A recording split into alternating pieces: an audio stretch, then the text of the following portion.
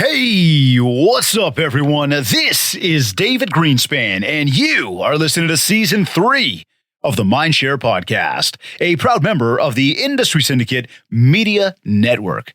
Additional podcasts are available at mindshare101.com and on all the major podcast platforms. This week's episode is sponsored by Kits Keep in Touch Systems and the Buzz Conference. Make sure to connect with the Buzz Conference by visiting their website, www.thebuzzconference.com, and by following them on Instagram at the Buzz Conference to keep tabs on all of their awesome events.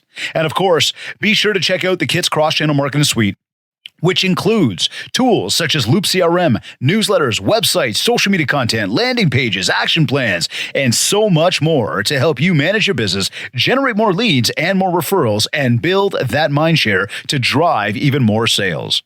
You can learn more on my site, mindshare101.com, by clicking on marketing. And as you know, we are on a push to 100 reviews on iTunes, and so I'd like to ask you, if you haven't yet, please take 2 minutes to go to iTunes, rate the show, leave a review. It really is that easy. And let me say thank you in advance. Today's episode is number 151.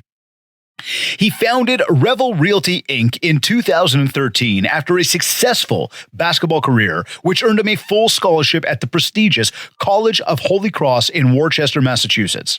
After captaining the Crusaders to 2 Patriot League championships, including 2 berths in the NCAA tournament, he played professional basketball in Italy, France, and Poland. He combined his leadership experience on the court with a psychology degree and a master's in education to introduce Revel to the Niagara Region. Since then, he's become the top-selling broker in the Niagara Region for 3 straight years, a social media marketing mogul affirmed by the Chamber of Commerce's Best Business Award, and Marketer of the Year from the Niagara Real Estate Board, and the leader of 11 separate branch locations and approximately 250 realtors. In 2021, he was selected number 20 of the top 100 trailblazers in Canadian real estate by the Buzz Conference. And his philanthropic work includes having served as a board member for Project Share and raising over $100,000 through Revel's annual charity ball, which supports local charities, schools, and hospitals in the Niagara region. This week on the show, I am joined by founder, broker, CEO of Revel Realty, Ryan Serravalle. Ryan, welcome to the Mindshare Podcast. Hey, David, how are you? Great to be here. Absolutely, man. I'm doing well, bud. How are you? Kind intro. Hey? Appreciate the kind intro. Oh, absolutely, man. Listen, those some accolades not to be shy about. That's some wonderful stuff. You guys have done some great stuff in the community. A lot of great recognitions for you. And I mean, it's that whole big part of, you guys taking over the world over here. But I got a really important question to start us off today. Do the Raptors have a shot at making the playoffs this year? I wish I could be honest and say yes, but it looks like it's going to be a struggling year. Really, eh? It's funny. I was looking at the standings the other day. It said they were 3-2, and I was like, wait, that's still preseason. I don't know if that means anything right now. Yeah. But hey, man, I don't know. Well, at least we got our championship a couple of years ago, right? A couple of years ago, yeah. I was lucky to visit, actually watch a few games with my brothers, and it was electrifying to see the atmosphere that Toronto was in. And you know what? It's probably going to take a few years to rebuild the program again, but hopefully they can do it. You're a basketball guy. Does it seem like I'm hockey, I'm baseball. I follow the Raptors, but not like that. Does it seem like they're in an upward trajectory to be able to do that? Or is this like another decade before we see anything? Yeah, unfortunately, I think it's going to take a little bit of time from where we're at right now. It's crazy that, growing up in a small town in Ontario, mostly Italian immigrants, that I, went the basketball route instead of soccer, or even what most kids do in Ontario is hockey, you know. But I fell in love with the game of basketball, and I was very, very grateful for where it sort of led me in my career. Well, it's funny, and I'll parallel that for a second, because just before we went on air, you were mentioning about the training that you did and where you did it.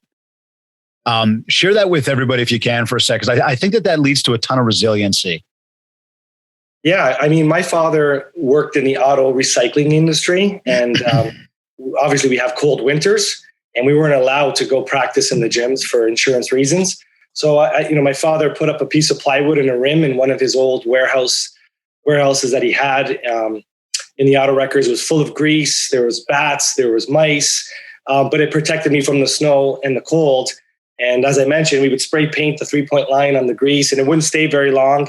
The unfortunate part is when you would do a layup and the ball would come down because it was full of grease, all the grease would sort of fall just underneath your eyes. So when you get home, I get yelled at from my mother all the time, and my shirt was completely black. But speaking about that, yeah, it just built character, built resilience for me as I got older. I used it as an advantage, to be honest. You know what? But that's what it comes down to too, right? Like we look at so much polish, we look at so much perfection, but there's that other side of things that says, again, building resiliency, building up that toughness, building up that character in you to go. It really doesn't matter what it is. It comes back to that love of the game, right? Yeah, I mean, if you're passionate about something and you absolutely love it, and you invest, your heart and soul into it, to me, I think it gives back tenfold. And that's what the sport did to me. It allowed me to meet so many wonderful people along the way in my life that contributed to my growth as an individual today, and to experience, traveling across the world and many great events that I was able to be a part of in my life. Yeah. Well, hence the basketball court that you guys have inside the office at the Niagara location. I just thought it was completely badass. I remember that time I got to visit and be there with you guys. That is very, very cool. And it's funny you bring up the whole thing about, growing up with your heritage and then going to basketball instead of soccer. For us with our hockey team, we've got a lot of kids that are playing soccer as well in the summertime. And, you'll see some of these guys once in a while, like they'll go down, they'll get like hit or take a puck off the leg and they'll go down and start rolling around. I'll skate up as their coach and be like, hey, you're in the hockey rink, not the soccer field. Get up. And all of a sudden they get up and they get right back at it. You go, you see a little bit of character from soccer. You can't parlay that into hockey. But hey, talking about sort of like, prediction for the Raptors, switching gears and moving to the business side of things. Yeah. What's happening out there in the market right now that you guys are seeing? I mean, you guys have been opening a whole bunch of locations. I want to talk about that in a second, but overall, you're exposed to various markets now rather than kind of that home base in Niagara. And, I'm curious to just hear from you, like, what are you seeing out there? What's the prediction even for maybe the next 3 to 6 months? What's going to happen with prices? What's going to happen with inventory? I mean, not that you got a crystal ball, right? You get to have conversations with others. I'm just curious, what do you hear and what's the grapevine saying to you? Yeah, I mean, obviously we don't have a crystal ball, but the consistency is, the market is still strong. Maybe not as competitive and as strong as it was in the summertime, but with a lack of inventory, it's still driving prices up. The urgency is there still to invest into the real estate game. I mean, given our offices throughout the province, we're seeing the same consistency that the market has been strong. I mean, I think just generally over the course of many years, real estate has been a good component to invest your money in, right? And even with the influx of pricing, I think it's still a good, valid way to invest.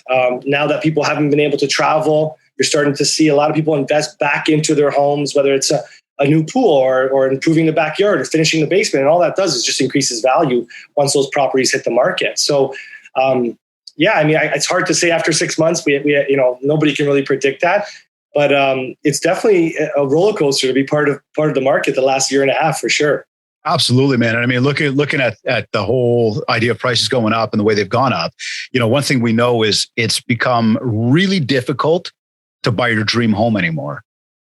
And, I wonder if and again, this is more throwing it out there and just speculation that any of us can do, but I wonder if we're sort of at the peak of our market, or if we almost see prices can continue to climb. And if they do, I mean, my even bigger question to it all is, where are people getting all this money from?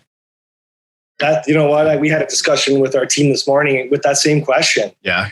But with construction costs increasing, building permits, development fees, land increase costs, it's all going to drive the pricing up. Someone gave me great advice and said, you should buy your kids a house now. And you have young kids yourself, yep. Dave. It might be a good idea to think about, buying them each a house right now. As crazy as the pricing is, you might be kicking yourself 10, 15 years down the road from now, right? Hey, I would argue the fact that I'm kicking myself now. Right. And don't get me wrong, we're in a beautiful home, we're very happy. But I mean, when you start to look at what's going on with prices and maybe in some of the places that I think maybe we all do this, but you sort of look at things and you go, what can I get into? and how much more can I get? Or, what's like my needs now? And I know back when we were first buying houses, I mean, we owned a whole bunch of investment properties and everything else. And we were sort of looking and going, where do we go? And we moved just a little further north than, we may have wanted to, because we got a lot more than we could have had we stayed just a little further south. But there's that thing that goes like, geez, had we bought that other property, you'd still be up by today. And I think that that's the biggest rule of thumb in real estate that is important for everybody to understand is, decade over decade, over the past century, we've seen prices continue to go up. We've seen people continue to grow their equity, right? So even if you buy at the height of the market now and it starts to go down, again, just history tells us real estate is up over the past, 100 years. Exactly. And when you combine it with, with the situation of the pandemic, I think people were smart in the sense where they invested into cottages. Yeah. There's personal gains. There's some personal use. They're substituting that for vacations, as opposed to traveling wherever they would like to go. And now these properties have increased in value. It's almost like they double dipped, right? They were able to enjoy, these family experiences and then also increase their portfolio. So I think I think that contributed to the growth of cottage country, especially in Ontario. Oh, 100%. And they're popping off there. I know many agents that are up there. Well, mind you, guys just opened up an office up there. Right. So we just in Muskoka. in Muskoka. In fact, how many, what did I say, 11 offices? How many locations are there now? We have 11 corporate offices, and we're opening our first team office in Brantford under the Kate Broddick team. And she's a former Thorold girl. So she actually went to high school with me. She's cool. a little younger than me. And she's been the number one team. The Kate Broddick team has been number one in Brantford for 7 straight years. She recently joined Revel, and we're ecstatic to have her caliber, her entire team, and her leadership. And the team is fantastic. And so it's an exciting time for us because it will be the first team office that Revel has ever opened in the city. So we're excited. That's definitely exciting. And what's the agent count at sort of as of now? We're around 250, and we're interviewing probably 2 to 4 per week. We're getting inquiries across the province to open up other Revel offices, other team offices. So definitely the pace has picked up quite a bit. Yeah. So we're trying to keep up with the pace. So let's dive into that. What is the driving force? I mean, outside of the fact that, and I'll just say it, outside of the fact that you are an amazing guy, you really have built an awesome team. There's definitely I don't know what the word is maybe that I'm looking for, but a cool factor to the entire Revel brand. And I mean that right from you guys as people to the culture of the brand to, to the offices and the actual physical locations that you are putting together. But what is that driving force behind the continued growth in this industry? You know what, as we mentioned earlier, I was born from immigrant parents out of Southern Italy. They came here with humility, humbleness, but just this drive to work hard and succeed, right? So, you learn from them, which I was very gracious to learn from. And then you impose your own will and you add a little bit of creativity. And my parents always told me, you hang around with people better than you. And when you combine all those assets together, I think you just push one another, coming from a team background and, sort of imposing unselfishness and sharing and growth all together in one. I think you start to see some special things just naturally and organically occur. And I think with Revel, we picked the name because we truly believe it means to celebrate, people's most prized possession. You talked about you're investing with your family, you had your kids in your homes, or if you're investing. So I think just the brand itself is very positive. It's very forward thinking. And it does, in essence, mean to celebrate people's most important asset, we feel. And it's been fun because there hasn't been any really restrictions for us where we want to go. We can sort of make it happen quickly and efficiently. And it's sort of, that's the exciting part about the brand is, and I think realtors want to join because they want to be part of that initial growth. Listen, man, that's what it looks like. Like, I mean, as an onlooker from sort of the outside looking in and watching what you guys are up to and watching, the growth that is actually happening out there, it's a real question. I mean, you're gaining that wave, that traction, or you've got it right now. You guys are riding it. And it seems like people are being very much attracted organically to the brand itself. And it's interesting because when we look at the big sort of long-standing brands that have been in this industry for so many years, we look at, what took place over this past, 8, 12 months with this kind of online world where, other companies have said, look, we're completely online, come over this way. Like, what's your thought around that in terms of the impact that something like that has had on the industry in of its own, understanding that we are leveraging the social medias, we are leveraging the websites and all the online methods as businesses. Both of our brands are leveraging those in a big way. So we're really taking advantage of online. Much the same, we know that it's a people business and we've got a great culture of people that want to continue to come in. What's your thoughts around sort of that online world battling the bricks and mortar? And was in the most polite way, maybe, was that just a fad in some way?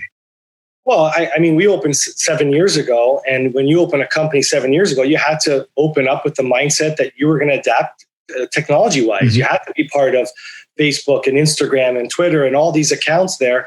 And it was sort of the bloodline right from the onset. It wasn't an adjustment. So when COVID hit, we were already paperless. We were already doing online training and courses and video marketing. So it wasn't really a big change for us. Now, going back to these companies who have done a fantastic job over the course of the history of in the game of real estate, there definitely is a component of adjustment. And I mean, a lot of realtors, I think, would see perhaps a little bit of struggle there, being in the industry 30 years and now all of a sudden you have to go paperless, right? So that was definitely a huge advantage for us opening, not so long ago. And I mean, it's the way business is done today. A lot of kids are searching on their phones and their iPads for their parents, and they're using these technology components. So it's definitely changed the business. The business has moved so much faster. Now people are becoming a lot, very impatient. They want to know now, and for us, it's been sort of second nature for us since we've opened. So it's just good. So you're not really feeling any, negative impacts from some of these other companies online that have gone purely online. You're not we're not seeing the shift from real estate as an industry going to purely online. We're going to continue to see the bricks and mortar be a complete value and people coming into the offices to do so. Yeah, I mean, I think this year top people, they can work out of home for the first year. And then afterward, they're like, okay, I think people are more efficient, they're more effective when they do go to an office. And the real estate business, I mean, as much as you can add in technology, it's still a very personable business. To show properties, people have to feel and touch real estate. That bricks and mortar has to be, felt. And I think that's never going to change. I know we can sort of improve processes with signing agreements and contracts and make that more efficient. But in regards to viewing and seeing properties, I still think it's a very, one-to-one sort of relationship with your client and the sales representative. I still think, there's been ways, in the past where people tried to, push that more towards the technology route. But I think in the end, no matter where real estate happens, it's got to be, I think, in person. Look, finally pull the trigger. Yeah, you know what it is too. It's like you can buy, you can go to Amazon, you can buy almost any product you want these days, right? And if you don't like the product, you can return it. And if you don't like it, you can call Amazon and you can say something. But there's not really somebody at Amazon that you're dealing with as a individual. You're dealing with the company. And that goes for a lot of different businesses these days. I mean, think about our cell phone bills and our whatever bills, right? But when you talk about real estate, this is that one thing that, and I mean, it's not milk and eggs. Even if you don't like the milk, maybe you won't go back for that $4 carton of milk, right? But this is a house. This is people's biggest asset in their entire life. And I mean, personally, I would say that, having that mix of coming, being brought up in some of the old school as we both were, but being very adapted to the new school as we both are, there's that fine balance that says, well, for me, if I'm going to sell my house, I need somebody who I can talk to. I can shake their hand. I can reach across and strangle them if I know. I mean, you know where I'm going. Though. It's that real deal. But you got to be able to see each other. You got to be able to talk to each other, because I don't want to be talking to a bot. I don't want to have to send an email to say, wait a minute, why are they taking, the chandelier and the this and the that and the cabinetry? How's that? You know what I'm saying? Chattels, fixtures. Yeah. We all know what I'm talking about there, but it's having that responsibility with a real human being to walk you through the process, to hold your hand and say, hey, this is how this thing goes. And even with new construction, which we do quite a bit of it, I mean, and it's pretty standardized. You can sell a lot of new construction off of the computer with floor plan, beautiful renderings. but like I said, I think I have to agree with you. I mean, it's a big purchase. It's not something you can potentially just return, right? You're investing quite a bit of money. And I think for that reason, that's personal touch. It's going to be hard to lose that. Absolutely. So question of this then. So where are you guys going? Like, what's the big ultimate goal with Revel? Is this like world domination? Like, what's the deal here, man? Like, what's the big plan? Because it just, dude, you guys continue to grow and it's wicked. You know what? I always was told, from my basketball coach in college, that there was no standing still in life. You're either moving forward or you're moving backwards. So cool. For me, I, as the company leader, I want the company to be always moving forward. So, step one is to expand across Ontario. And obviously step two would be to expand across Canada, being Canadian. So that's definitely a big goal of mine. We're starting to see that in Ontario, which I think is very exciting. And I think we have the team to do it. We have great employees, great leadership with the company. My wife does a tremendous job as well. She's a huge part of it. I brought in my brother, my oldest brother. I brought in my best friend since childhood. So all the right people, I think, are with the company to sort of move us in the right direction. And I think we're content, and we're just taking it day by day, and we're appreciative of where we see the company leading towards. That's amazing, buddy. So let's do that. Let's parallel between the basketball, as you said, and I mean, as you say, always moving forward. Otherwise, you're moving backwards. And I mean, as both of us being in sports, it's at the same time, if you were saying, say, you're a pylon, and that doesn't work, right? Because people are just going to go around you. But parallel between the two. So between basketball career, real estate career, what's the key to growing a winning team? Because you were captain in basketball. I would say you're captain of the ship right now with Revel. Right. What's the key? Because you're growing some awesome people. You're bringing wicked people in. But I mean, again, between both those, when it comes to team, what's the key to growing a successful team? Sure. For me, I think you have to lead by example, number one, and you have to be unselfish. And so if I talk about lead by example, my realtors know any day they come to the office, I'm here working. I'm out there in the field working. I am not in the Bahamas. I am here working every single day in the front lines. I'm with corporate management to try to grow the company and improve it for our team. So I think leading by example, when I played basketball, the person who ran the hardest in the drill, was always raising up everyone's level. So we would always try to emulate their work ethic, right? So I think work ethic is definitely displayed by leading by example. And then unselfishness. I mean, I played the point guard position. My job was to set the table, was to make sure everybody was getting the ball and getting the ball where they were going to be successful. So I think, a little bit of leadership there is giving them an opportunity to be successful. So from my perspective, leading the company it's great bringing on realtors, but you sort of have to evaluate their strengths and their weaknesses and see where you can position them so they can become successful within your company. And a lot of times that unselfishness, I think, will parlay to their success and their growth. And I find satisfaction in that. I find satisfaction in basketball, passing it to somebody who can score. And the same thing with the company, when you bring somebody in and you really, help them succeed and you see their growth and success, it's a huge accomplishment. Yeah, from my perspective. So when you look at one of those team members coming in and you're just getting to know this person, you got no idea, if they can dunk or if they can, throw a 3-pointer or whatever it is. And what are you doing to analyze that, but then be able to pull that out of them and say, okay, look, I know that, you can be great in this one area.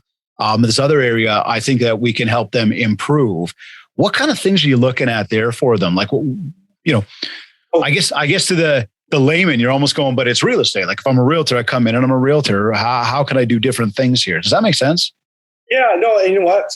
To give you, I guess something that's similar is you put them through training camp. Yeah, you gotcha. Put them through the education courses. You put them through training. You put them through some open houses. They shadow some great leaders at the company, and then you start to sort of evaluate and see what they could be good at, and then you test them out a little bit. You hand them the ball in different situations, and you see how they respond, and slowly but surely you'll start to see ability, and you'll start to see talent, personality, charisma. And I think it'll just naturally come out. And then a lot of times they find themselves positioning themselves maybe with a certain team, with the company, or maybe one wants to be just a buyer's agent as opposed to a selling agent. So it sort of unfolds, I think, naturally with some time and some training as well.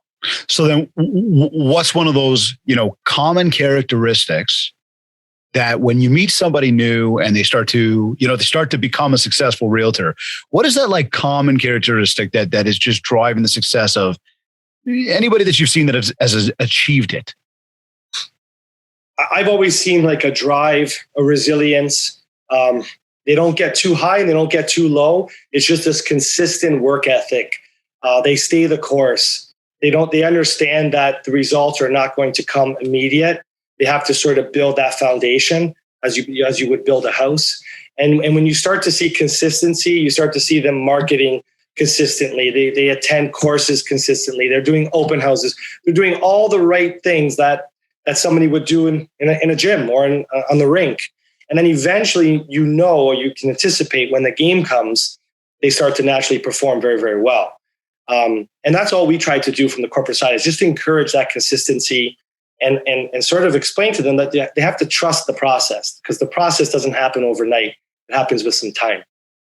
Just like we were talking about when it comes to real estate as an overall, from an investment perspective, it's going to be a longer term investment. It's not going to happen overnight.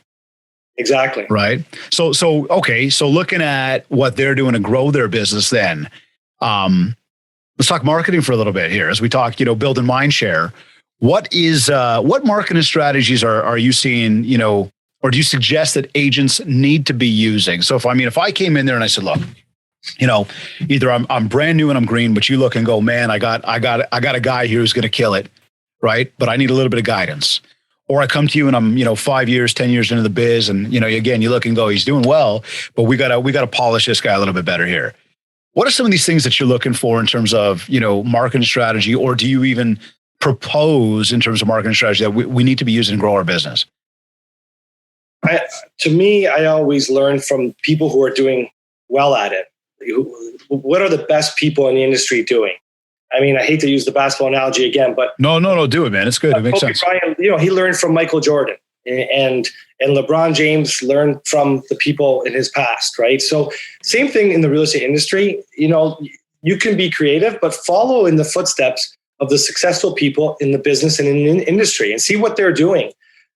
We really push here at our company is for the people who are selling at a high level, who are very successful in the industry, is to share with these young people or people in the industry that have been 10 years or a little stale in the business, because everybody can learn and add a component to their repertoire. There's always growth, and I think in every industry. Even I've been in the industry 14 years, and I'm learning every day, and I'm improving my business every day. And I think realtors should always have that mindset. But you're not going to learn unless you play with the best, unless you're learning from the best. And you have to surround yourself with the best. That's the only way that's going to push your level of being a successful realtor or a successful business person, I think. On my free time, I love reading business books. I love reading about other, great CEOs and companies and what they've done. And I just try to pick and pull something and try to add it to my repertoire and just sort of complement my own self, right? Reading, are you like a paperback guy, or do you like the Audible, like audiobooks? No, I do paperback. Yeah. I just like to still hold it in my hand, and just, sit out on the deck or the patio and just sort of take my mind to another place at times, right? Anything specific you recommend off the top of your head? I know people do that to me all the time. I'm like, because I got so many. I'm literally have a goal of reading a couple books a month. Sometimes it's more. Sometimes if it's a longer book, it might be a little bit less. But I'm always going through a ton of stuff. You got something top of mind? Mine vary. My oldest brother is a published author, believe it or not. Okay. Yeah, he's fantastic. So, but I tend to read. I just finished Think Like a Monk. Humility. I always like sometimes just coming back to my roots and just to think, from a humble standpoint, being a leader. I think it always sort of grounds me. So I just finished that one. I'm reading the book on the former CEO of Walt Disney. Oh yeah. He was 15 years. He was the CEO of Walt Disney. So I like to see his perspective, managing a larger company.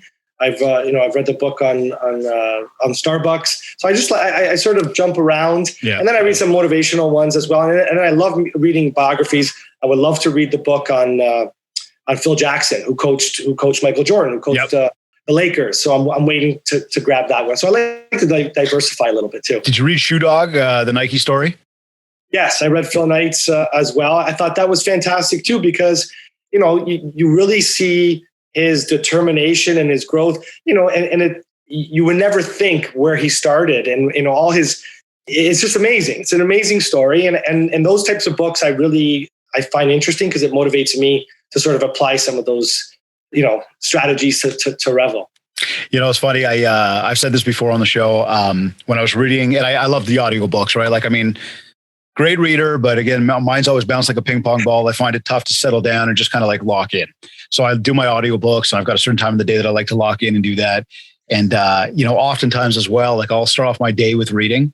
And then if I get in the car to head to an appointment or to, a talk or whatever, and I'm not on the phone making calls, I will listen to my book, right? As opposed to listening to the tunes. Right. And so I always say, with that book, probably about 90% of the way through that book, like for 90% of that book, I wanted to kind of like jump out the car window. I was bored. I was like, okay, enough. Like, there's way too much detail.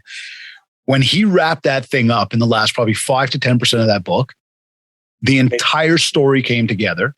Everything just went off, and I went, this was amazing. Because he took you through every little detail.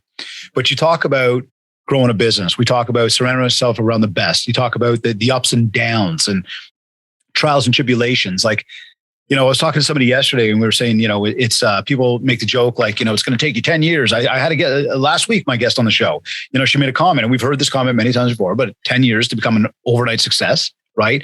And we were joking about it yesterday, going like, I don't want to wait 10 years for stuff. Right. But that's the reality. And I mean, Phil explained it to us, and literally all of the ups and downs that he took to become Nike, to have Kobe come to his house, to have Michael Jackson, and like all these like just mega stars who they would like text each other. Yeah. Like buddies, right? Pretty wild. But so, okay, sorry, back to marketing for a second. So, we look at character traits. Is there, a favorite marketing tactic, something that when we say about emulating others, right?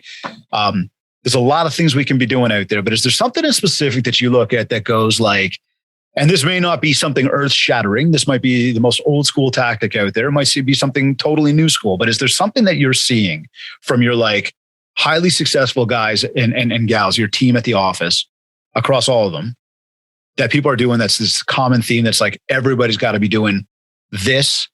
And I mean, if you're going, dude, I can't even share that with you because that's like top secret information. I totally respect it too. No, it's good. No, you know what? I mean, like I said, for us with our company, we were very socially inclined. We weren't afraid to be in front of the camera, videos, photos, with this whole social media craze. So I think we naturally were vulnerable to the community. People got to know us, got to know our realtors. And I think once they started to get to know you, they feel more comfortable with you. I can remember so many times showing up to somebody's house, and the first thing you do, you're taught obviously to introduce yourself, and you shake their hand, and they respond saying, I feel like I've known you for 5 years, 10 years. Right. So already that relationship starts off on a comfortable first step. And I think a lot of our realtors have been vulnerable in front of the camera. We've shown a different side of the real estate world. It's a lifestyle. And I think it's just created, stronger relationships, stronger bonds. And I think that just, in the end, I think it improves business too. It improves relationships. So the camera's a big factor to part of the growth here for, let's say, even the office, the brand, as well as a lot of your top agents. Yeah, I mean, video marketing has been huge since we've opened. I mean, people know that we've done commercials, we've done skits. Our magazine has been video live.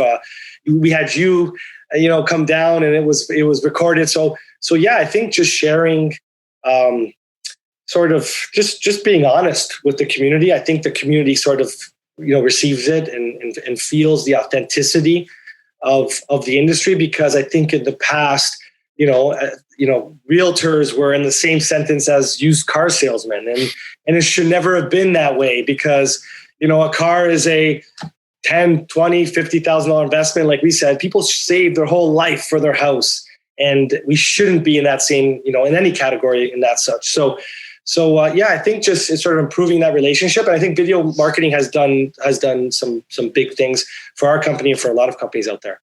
And so when so digging into video for a second, then I would say video, you're sharing that stuff out to social media. Mm-hmm. I imagine it's going to a website. I imagine you leverage it in a variety of different ways to get it out there. And I guess the question would be how? So website, social, is there anything else there that you got? Like, do you send it in emails? You know what? People do texting to each other. I think sometimes a nice video. Hey, Dave, happy birthday, man. It was great seeing you at the rink the other day. It's just a little bit more personable. I think it means something. You know, back in the day, we loved receiving written cards. I think even those are great still today. But because of this technology, sometimes the text is quick, or on Facebook, you send a message, but 400 or 500 other people do the same thing. Yeah. Right. So separating yourself, doing something a little bit different, sending that little video, and they get to see you smile and laugh. Just makes it more authentic, I think. Right.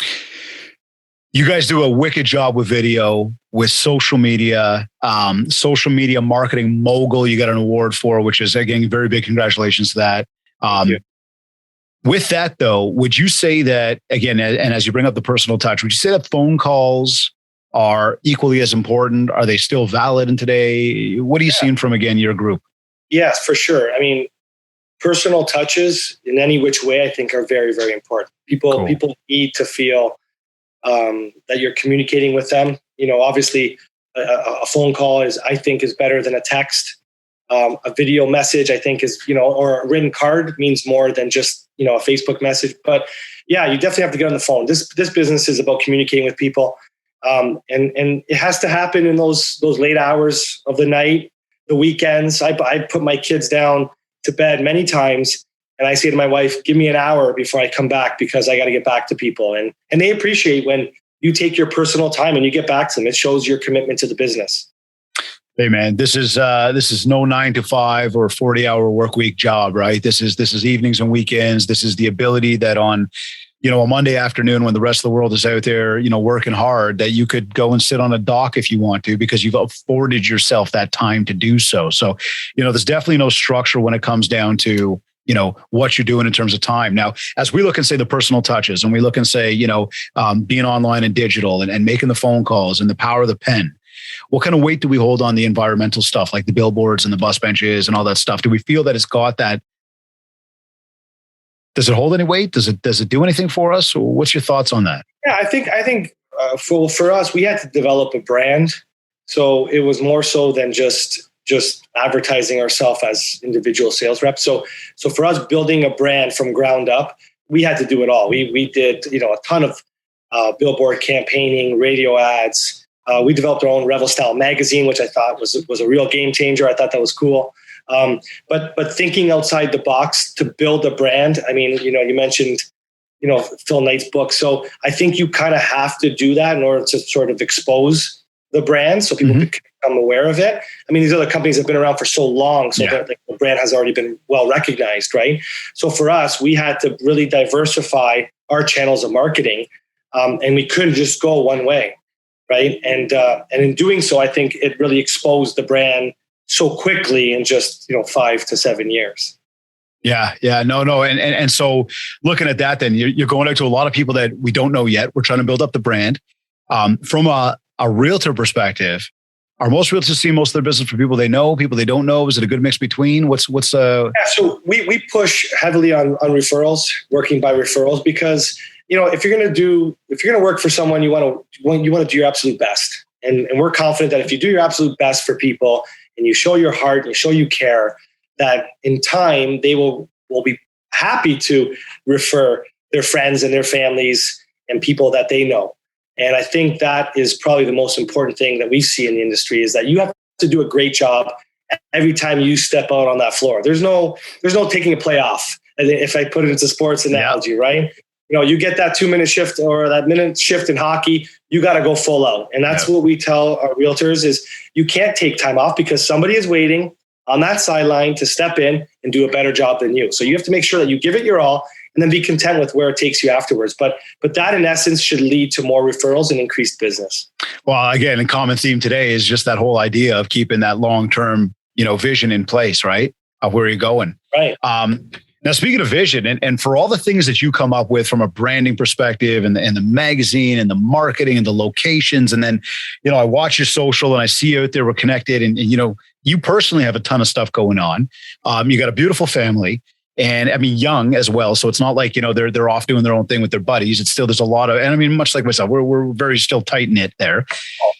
Having all that, how do you stay on top of all of that and then all of the business and still make time to enjoy with family?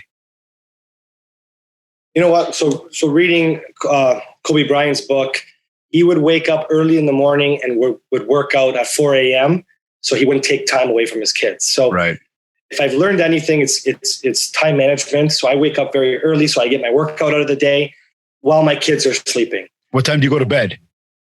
So I tend to go to bed around 10-ish. Okay. Sometimes 9:30, 10 o'clock. Yeah. Wow. I try to go to bed early because I'm up very early. I like to work out. It's my mind. It regulates my mind into the right mindset, which, you've spoken many times of mind share and being in the right state of mind. So for me, it sort of levels me off.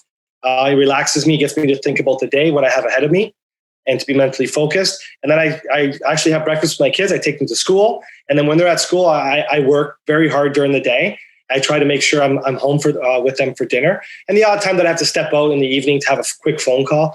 But I haven't missed much. I entered this industry for the sake that I wanted the flexibility, and I never wanted to miss a game or a play at school for my kids.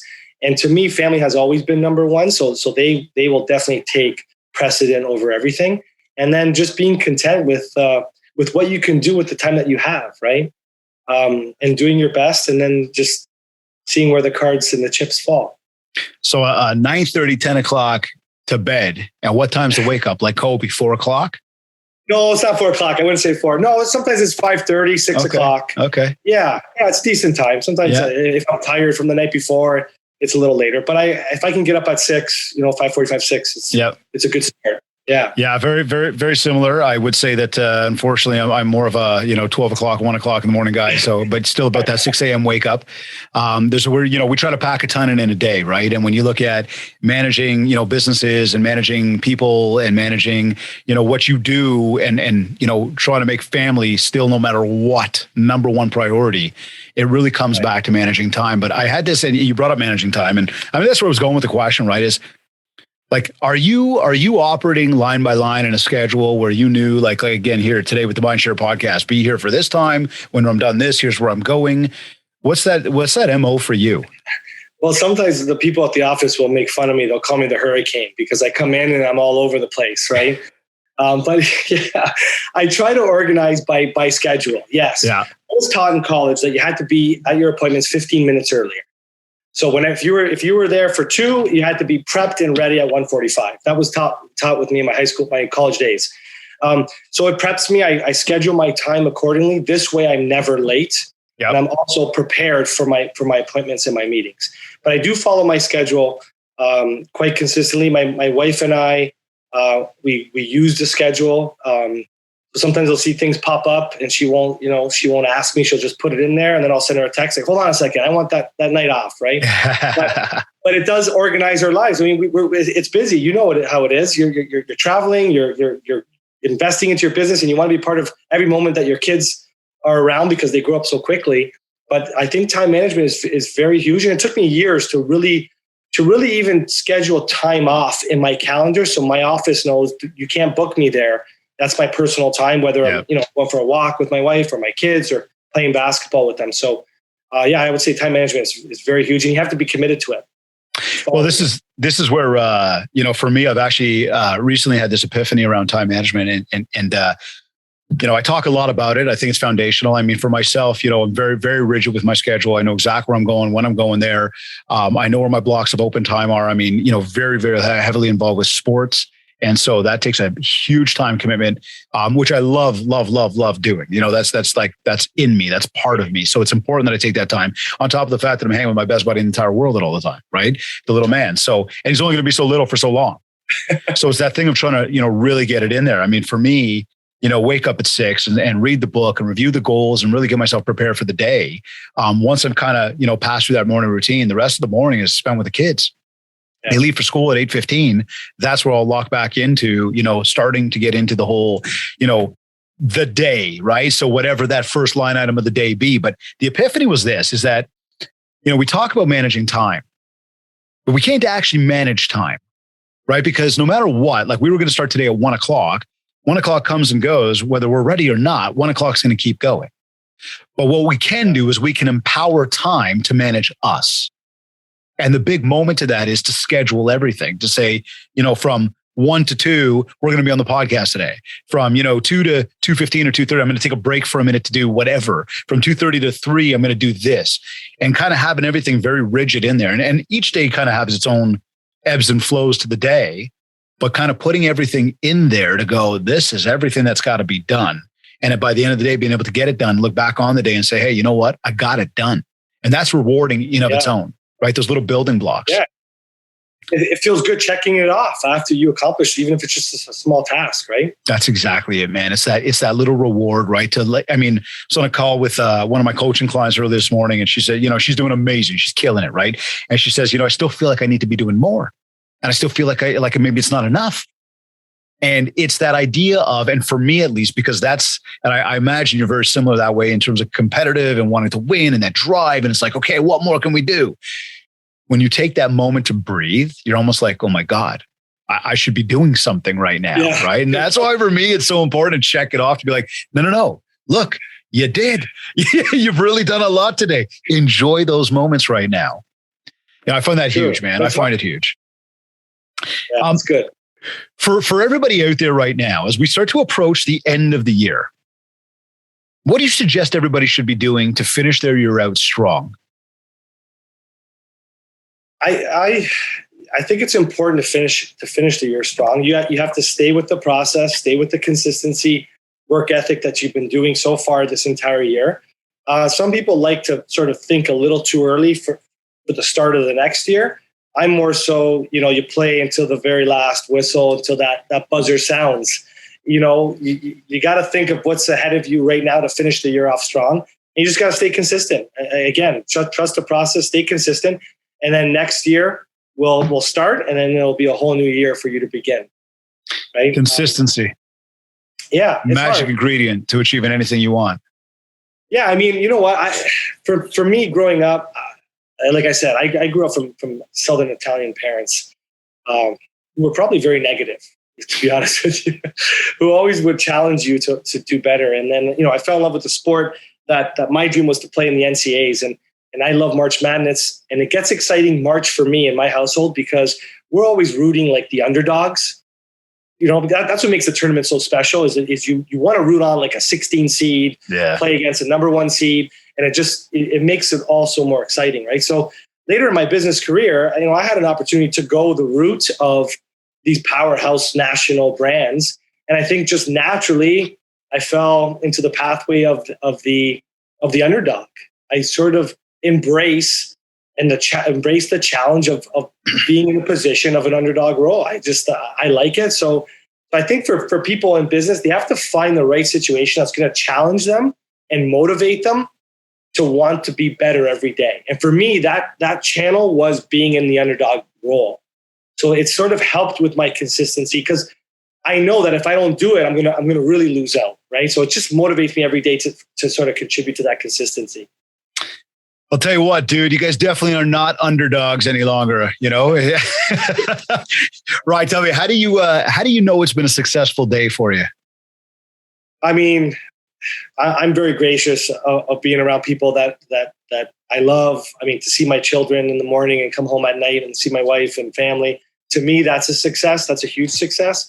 From a business perspective, it's like I said, it's always feeling like you've pushed yourself and the company a step forward.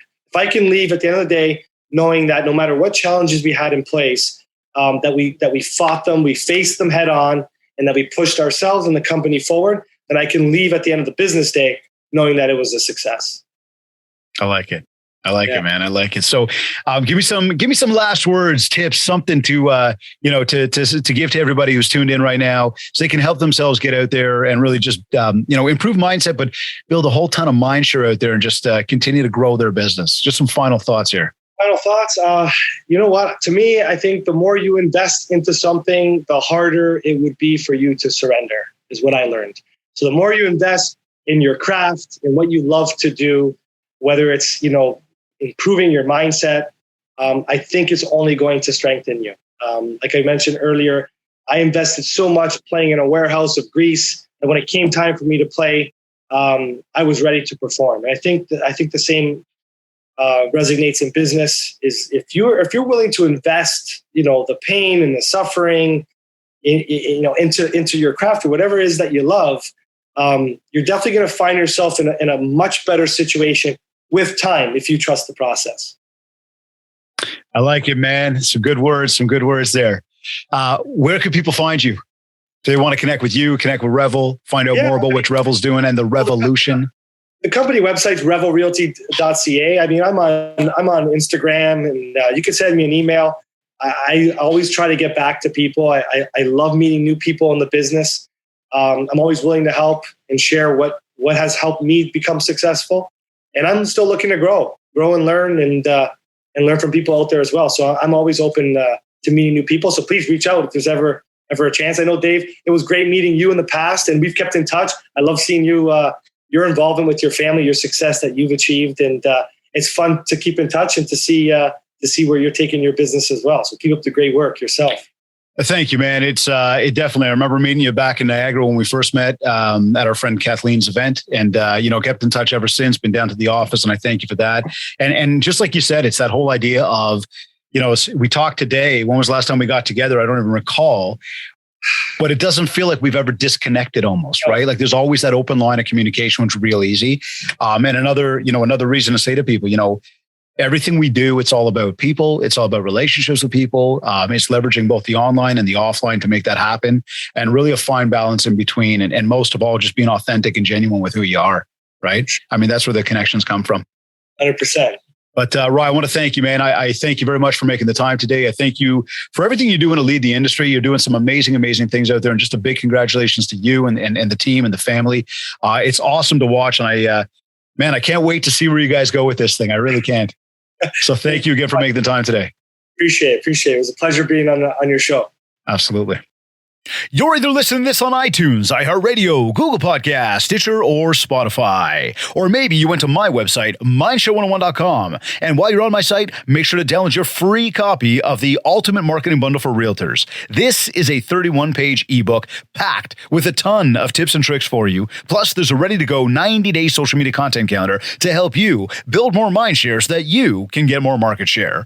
And if you want to talk about personalized one-to-one coaching to help you get to your next level, just get in touch with us and we'll set up a free consultation call to learn more about what you're looking to achieve and how we will help you do just that. Also, don't forget that our push to 100 is on. So please be sure to go to iTunes, subscribe to the show, rate us, and leave a review. And if you haven't yet, connect with me on Facebook at MindShow101 and on Instagram at DavidGreenspan101. I want to once again thank Virginia Munden and the Buzz Conference for sponsoring today's episode. Make sure you're following them on Instagram at the Buzz Conference to keep tabs on all the awesome events they're always hosting, along with getting the latest copy of the Buzz digital magazine. And I also want to thank Kits Keep in Touch Systems for sponsoring today's episode. If you haven't checked this out yet, just go to my site, mindshow101.com, and click on marketing. This has been another episode of the Mindshare Podcast. Thank you for tuning in.